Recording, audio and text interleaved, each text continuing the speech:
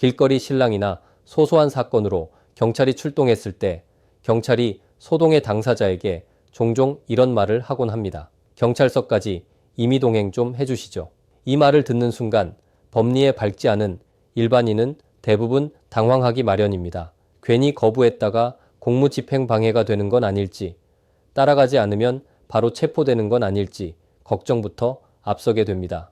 오늘은 경찰의 임의동행 요구에 대한 이야기를 해보도록 하겠습니다. 먼저 임의동행의 법적인 의미부터 정확히 짚고 가야 합니다. 임의동행이란 말 그대로 당사자의 동의를 전제로 한 동행입니다. 형사소송법상 임의수사로서의 임의동행이거나 경찰관 직무집행법에 따른 직무질문 과정에서 이루어지는 경우가 대부분입니다. 중요한 점은 이 모든 임의동행은 어디까지나 강제성이 없는 절차라는 것입니다. 즉, 임의동행을 요구받았다고 해서 반드시 응해야 하는 것은 아닙니다. 당사자는 동행을 승낙할 수도 거부할 수도 있는 자유가 있습니다. 임의동행을 거부했다고 해서 경찰이 이를 강제로 집행할 수는 없고 그 자체만으로 처벌 대상이 되지도 않습니다. 다만 예외는 있습니다. 현행범이거나 긴급체포 요건이 충족되는 경우, 다시 말해 범죄 혐의가 명백하고 증거인멸이나 도주 우려가 있는 상황이라면 경찰은 영장 없이 체포할 수 있습니다. 이런 경우는 임의동행이라기보다 체포 절차인 셈입니다.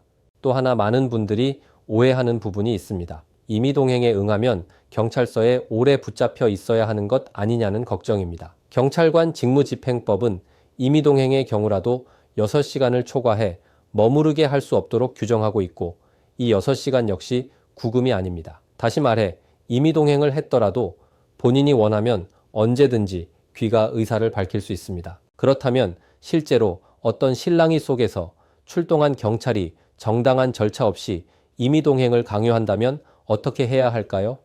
법적으로 허용되지 않은 임의동행 요구라면 적정 수준의 물리력을 행사하여 이를 거부하는 것도 가능합니다.